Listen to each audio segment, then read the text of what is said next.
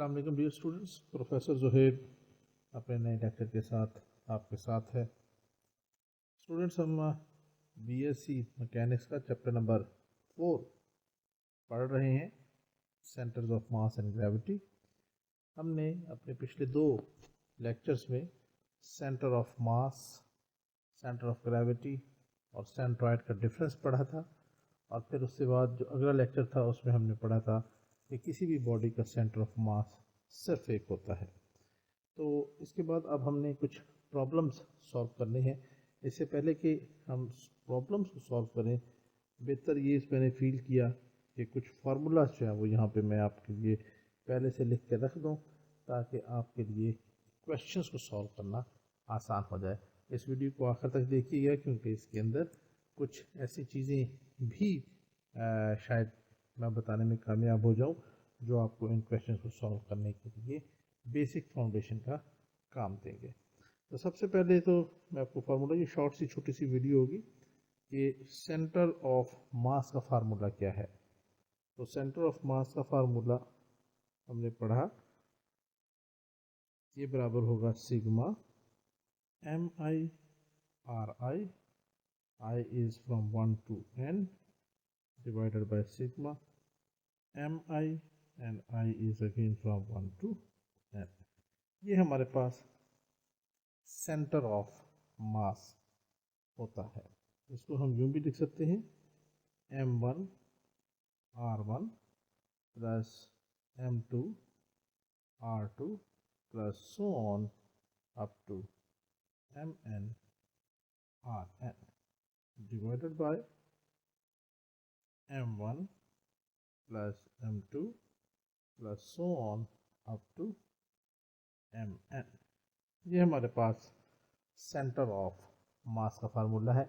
यहाँ पे जो एक इम्पॉर्टेंट टिप वाली बात है वो ये है कि याद रखें, ये जो फार्मूला है ये आप सिर्फ उस वक्त अप्लाई कर सकेंगे किसी ऐसी बॉडी का सेंटर ऑफ मास को मालूम करने के लिए जहाँ पे मास इवनली डिस्ट्रीब्यूटेड ना हो।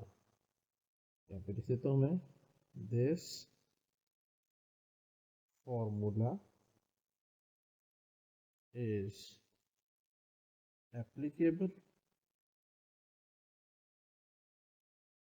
only for those bodies where distribution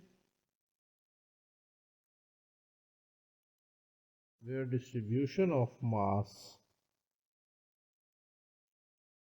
is not the same। यकसा तौर पर मास की डिस्ट्रीब्यूशन ना हो। फॉर एग्जांपल, हम कुछ एग्जांपल आपके साथ डिस्कस कर लेते हैं। मिसाल के तौर पे सीलिंग फैन आपने देखा होगा। सीलिंग फैन ये इस तरह करके ये होता है सीलिंग फैन इस तरह का। तो आपने देखा होगा कि ये सारे का सारा एक ही स्ट्रक्चर से बना हुआ है, लेकिन जो ये परों का मास होता है ये कम होता है, और ये जो दरमियान में इसका हिस्सा होता है जिसमें सारी मशीनरी फिट होती है उसका मास ज़्यादा होता है। तो यानी यहाँ पे मास कम होता है और यहाँ पे सेंटर में मास ज़्यादा हो गया। तो ऐसी सूरत में हम कह सकते हैं कि इस सिस्टम के अंदर या इस बॉडी के अंदर मास की डिस्ट्रीब्यूशन इक्वल नहीं है, इवन नहीं है, सेम नहीं है, कांस्टेंट नहीं है, कुछ भी कह सकते हैं। दूसरी चीज़, एक और एग्जांपल, जैसे आपने देखा होगा रोटियां पकाने के लिए तवा इस्तेमाल होता है, तो उसका जो एक हैंडल होता है वो लकड़ी का बना होता है, और उससे आगे जो बना हुआ होता है मटेरियल वहाँ पे मास ज़्यादा होता है। अब ये भी एक पूरी बॉडी है, लेकिन यहाँ पे मास कम होगा और यहाँ पे मास ज़्यादा होगा। तो इस तरह की बहुत सारी और भी बॉडीज़ हो सकती हैं। याद रखें, जहाँ पे मास की डिस्ट्रीब्यूशन सेम नहीं होगी वहाँ पे आप ये फार्मूला यूज़ करेंगे। ओके, अब एक चीज़ और भी यहाँ पे हम कर लेते हैं कि अगर मास हमने फाइंड आउट करना है इन कार्टेशियन कोऑर्डिनेट्स में, तो फिर क्या होगा, तो मैं यहाँ पे लिख देता हूँ कार्टेशियन कोऑर्डिनेट्स।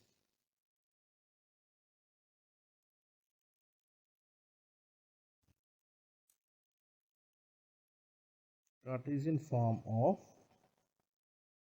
सेंटर ऑफ मास। तो इसमें सबसे पहले हम लिखेंगे हमारे पास जो वेक्टर है वो X I Y I Z I के बराबर है, और जो पोजीशन वेक्टर है उसको हम कह देते हैं एक्स बार वाई बार जेड बार। तो यहाँ से फिर हमारे पास एक्स बार बराबर होगा, याद रखें, this will be equal to sigma M I X I and I is from 1 to n divided by sigma mi is from 1 to n.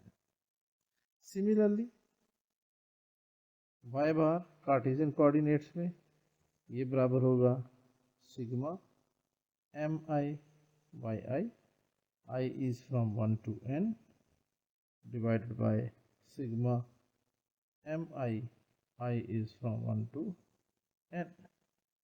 और इसी तरह लास्ट आ जाएगा हमारे पास z कंपोनेंट, z बार बराबर हो जाएगा sigma M I Z I is from 1 to n divided by sigma mi is from 1 to n।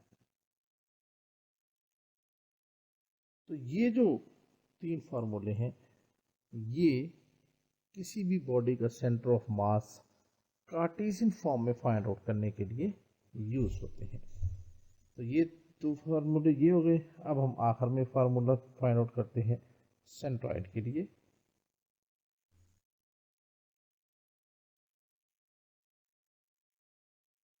Centroid का फार्मूला क्या होता है, सेंट्रॉइड बराबर होता है सिग्मा आर आई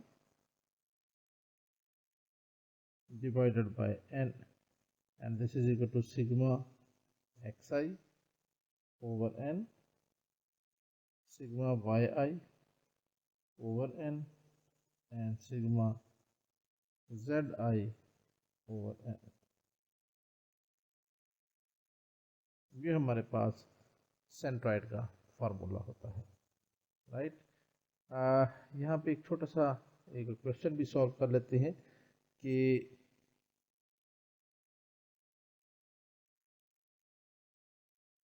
वो है कि if particles of a body have same masses, ठीक है, if particles of a body have same masses then center of mass will be equal to centroid। ये बड़ा इम्पोर्टेंट रिजल्ट है कि अगर किसी बॉडी के, जैसे ये हमारे पास एक बॉडी है और ये मुख्तलिफ किस्म के छोटे छोटे पार्टिकल से मिलके बनी है, अगर इस बॉडी में इन पार्टिकल्स का मास सेम हो जाए, यानी ये भी ये वाला पार्टिकल ये वाला पार्टिकल ये वाला पार्टिकल ये वाला पार्टिकल सारे पार्टिकल जो है वो उनका मास जो है वो एक जैसा हो जाए, तो जो इस बॉडी का सेंटर ऑफ मास होगा वही इसका सेंट्रॉइड होगा, या दूसरे लफ्ज़ों में जो भी इसका सेंट्रॉइड होगा वही इस बॉडी का सेंटर ऑफ मास भी होगा। तो ये हमने प्रूफ भी कर सकते हैं, हम इसको छोटा सा प्रूफ है। तो हम जानते हैं क्या है, हम जानते हैं कि सेंटर ऑफ मास किसके बराबर होता है, sigma M I R I, I is from 1 to n divided by sigma M I is from 1 to n। ये हमारे पास होता है सेंटर ऑफ मास की डेफिनेशन। लेकिन अब अगर इफ m1 ये बराबर हो m2 के, ये बराबर हो m3 के एंड सो ऑन, और ये बराबर हो mn के, और ये सारे का सारा सिर्फ अकेले m के बराबर आ जाए, तो देयरफॉर हमारे पास ये रिजल्ट क्या बन जाएगा, ये बन जाएगा centre of mass is equal to sigma M I, बल्कि ये तो सिग्मा एम रह जाएगा, आई तो रहेगा ही नहीं, तो ये रह जाएगा sigma M into R I, and I is from 1 to n divided by sigma m, and this is also from 1 to n।